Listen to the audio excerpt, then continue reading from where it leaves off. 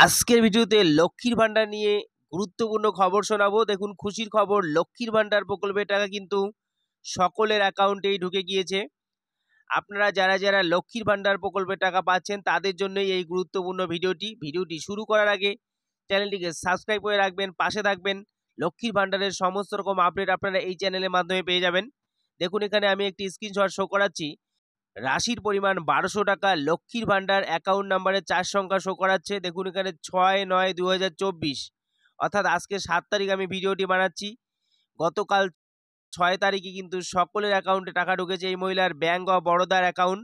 শুধু bank of Baroda account না, সমস্ত ব্যাংকের অ্যাকাউন্টে কিন্তু টাকা ঢুকেছে লক্ষ্মীর ভান্ডার প্রকল্পের টাকা।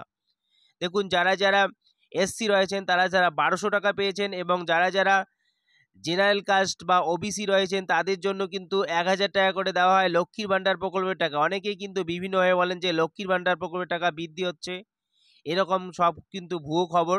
লক্ষ্মীর ভান্ডার প্রকল্পের টাকা কিন্তু বৃদ্ধি হয়নি, আগে যেরকম পাচ্ছেন সেরকমই কিন্তু দেওয়া হচ্ছে লক্ষ্মীর ভান্ডার প্রকল্পের টাকা, সেটাই কিন্তু দিয়েছে কালকে। আর আরও একটি গুরুত্বপূর্ণ খবর শোনাবো, বিধবা ভাতা, বয়স্ক ভাতা, অন্যান্য ভাতার টাকাও কিন্তু গতকাল অনেকেরই ঢুকেছে, বাকিদের আজকেই কিন্তু ঢুকে যাবে, আজকে কালকের মধ্যেই ঢুকে যাবে অ্যাকাউন্টে টাকা।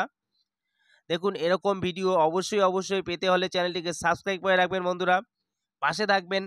লাইক, শেয়ার এবং কমেন্ট করতে ভুলবেন না। সমস্ত রকম আপডেট, ভাতা সম্পর্কিত আপডেট এই চ্যানেলের মাধ্যমে আপনারা পেয়ে যাবেন। ধন্যবাদ।